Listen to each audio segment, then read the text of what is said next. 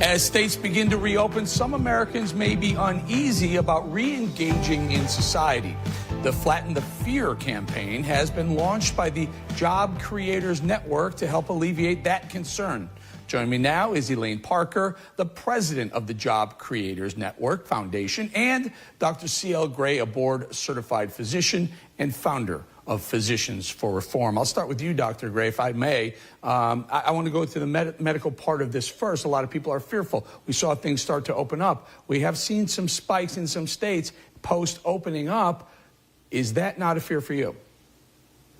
Yeah, I was actually just looking at those numbers this morning. It's rather fascinating because what we're seeing is a sort of a conflation between number of new cases, which we would expect with increased testing, and daily deaths. Take Texas, for example. A month ago, May 10th, there were about 1,200 new cases a day. On June 10th, this bumped about 1,700. That's a 40% increase in the number of new cases, which we would expect with increased testing. However, over that same period of time, death rate has dropped from 35 to 21 daily, which is a 40% decrease in the number of deaths. So we would expect these spikes as we increase testing. So doctor, can I just follow up? What do you attribute Sure. that increased number of cases but decreased number of deaths? Why has it become less deadly? Is it the weather? Is it treatments? What is it? Well, the decreased deaths, it may be sort of the flattening the curve, which takes us to flattening the fear. Because we see this in multiple states. We see this trend nationally, too, where the death rate is actually decreasing. And it's interesting. We can maybe get to that with a follow-up question to identify who it is that's at risk. Right. All right, Elaine, tell us, Flattening the Fear campaign that you're part of and Dr. references. What's your goal? What's the message you want to tell the American people right now? Thanks for having me on, Eric. The goal of that the Job Creators Network is trying to achieve here is to flatten the fear. I mean, Americans did a great job. We shut down the economy, and the reason why we did that was to make sure that our hospitals didn't become overwhelmed. And we achieved that goal, but unfortunately, we've got a situation where people are still afraid to come out of their homes. And so what we want to do with Flatten the Fear is put microphones in front of doctors like Dr. Gray across the country who are experts on these issues so that they can talk about the holistic approach of what these extended shutdowns are doing. People are missing preventative care treatments. They're missing diagnostic tests.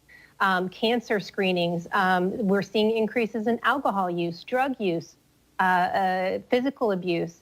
And so there's a holistic approach to look at this and to identify where those high-risk populations are, because we know now that we can isolate the vulnerable populations and still protect the many without isolating the many to protect those vulnerable populations. You know, and I'll start with you, Elaine. Tell us what. So for me, it seems like the governors and even more micro, the mayors of these towns that are continuing to slow walk the reopen. I'm thinking of Washington D.C. I'm thinking of some other places in the Northeast. Is it time for them to just say, okay, we've got a handle on this. Our hospitals aren't going to be overwhelmed. Let's just open up. Let's just push right forward to phase 3. Let's call it, or reopen, fully reopen. Is that the message? Yeah, I mean, look, I'm in Florida, so Governor DeSantis has been extremely, he's done a fantastic job, not only with having to deal with, when we had to shut down the economy, but in reopening the economy. And even though we're at 100% capacity on restaurants, gyms are open, bars are even open, we've got areas in Florida where mayors and local governments are still not allowing, say, bars to be open. And so when you look at the overall numbers in the country, we've got to put it in context. Half of the counties in the country have had zero COVID deaths. And 43% of all COVID deaths are in nursing homes and assisted living facilities. So we have to protect the older population and those with underlying, health conditions. But only 7% of people under the age of 55 have died.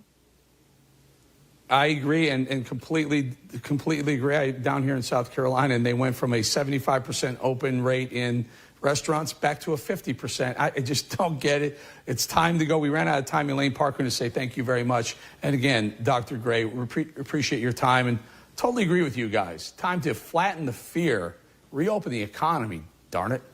Thank you, guys. Thanks for having us.